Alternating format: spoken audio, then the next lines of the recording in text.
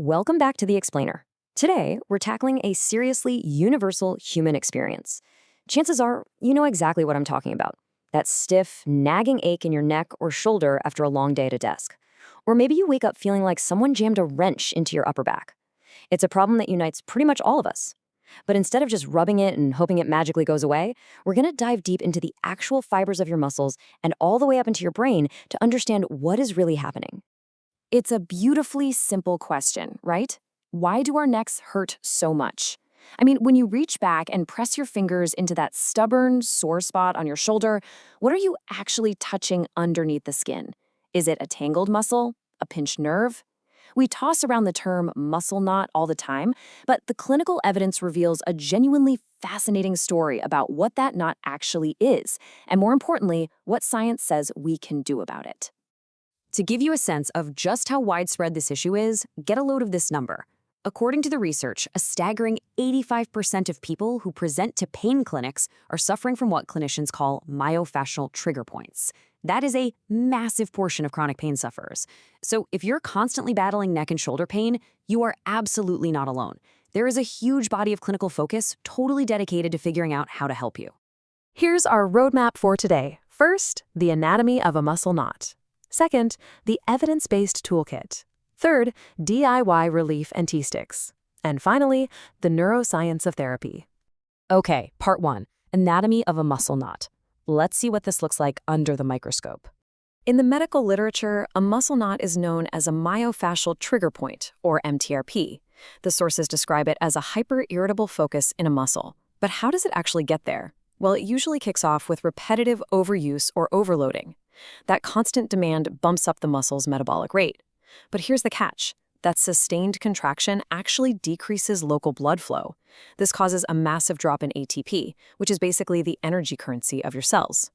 Without enough ATP, the calcium pumps in your cells fail, and the muscle fibers get locked into a localized energy crisis. They literally cannot relax. Our source material has this incredibly visceral description of a trigger point that I just have to share. It calls it an unholy clump of contracted sarcomeres living in a swamp of their own garbage molecules, waste metabolites. Since blood flow is restricted by that tight muscle, all the inflammatory byproducts, stuff like substance P, bradykinin, and serotonin, they just pool in that area. So when you're pressing on a knot, you are quite literally pressing on a microscopic swamp of trapped, exhausted muscle fibers and irritating chemicals. But you know, not all knots are created equal. The research clearly splits them into two camps, active and latent. Active trigger points are the ones constantly screaming for your attention. They cause spontaneous pain whether you're resting or moving, and they can even refer pain to totally different parts of your body. Latent trigger points, though, are the silent saboteurs. They don't hurt unless you press directly on them, but they can make you stiff and restrict your range of motion without you even realizing they're the culprit. All right, section 2, the evidence-based toolkit. So what does the clinical data say actually works?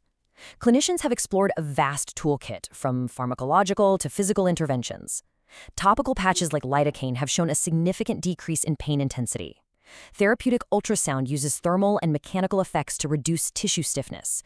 Then there's dry needling, which is penetrating the knot with a thin needle, no medication, and that's heavily cited for decreasing pain and improving mobility.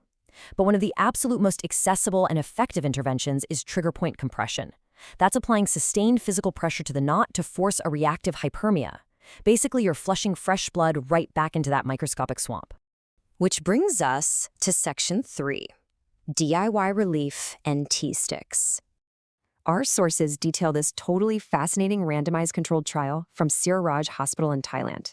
The researchers wanted to see if patients could effectively treat their own upper trapezius trigger points, that classic neck and shoulder pain, using a surprisingly basic device, a T-shaped wooden stick.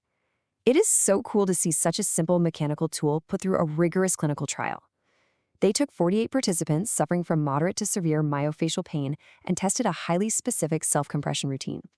The actionable protocol they used was remarkably straightforward. Step 1, hold the knobs of the T-shaped stick over the primary trigger point. Step 2, gradually increase the pressure until moderate pain is felt and hold it right there for exactly 60 seconds. Step 3, follow that up with some sustained stretching of the neck and back. They had them do this twice a day for 5 days. And the results? Statistically significant short-term improvements in pain intensity compared to a group that only stretched. It proves without a doubt that direct, targeted, self-applied mechanical pressure actually works. Finally, Section 4, the neuroscience of therapy. This is where the story takes a massive turn. To really grasp what's going on, we have to look at how the brain processes chronic pain. The first concept to know is the temporal summation of pain, or TSP. Think of TSP as your central nervous system's volume knob. When your body gets repeated painful stimuli, like the constant distress signals coming from that swampy muscle knot, your nervous system can get hypersensitive. It actively amplifies the pain signal, cranking that volume knob way up. This is a primary indicator of central sensitization, meaning your nervous system is literally adapting to become better at feeling pain. Now, the second concept is conditioned pain modulation, or CPM. If TSP is the volume knob, CPM is your body's natural mute button. It's your endogenous pain inhibition system. In a totally healthy nervous system, if you experience a painful stimulus, your brain fires off inhibitory signals to dampen that pain. But the data shows that for people with chronic neck pain, this natural mute button is often glitching or just straight up broken. The pain signals just flood through entirely unchecked. So you've got this intense tug of war happening within the nervous system. On one side, there's TSP, which is pro-nociceptive. It amplifies the pain sensitivity and kicks off that central sensitization. On the other side, you've got CPM, which is anti-nociceptive. It's supposed to block those incoming pain signals. In chronic pain sufferers, the amplifier is stuck on high and the mute button is completely broken. And this right here is where manual therapy shows its true, unbelievable power. A cohort study published in PLOS 1 took 63 patients with chronic neck pain and gave them a 45-minute manual therapy session once a week for 4 weeks. The results were absolutely astounding. Not only did their local physical pain drop, but the therapy mathematically restored normal central pain processing. The TSP volume knob was significantly attenuated, pulling a coefficient of -0.63, and the CPM mute button, it increased by 0.89, meaning their body's natural ability to inhibit pain came back online. Manual therapy didn't just soothe the muscle tissue, it actively rewired the central nervous system.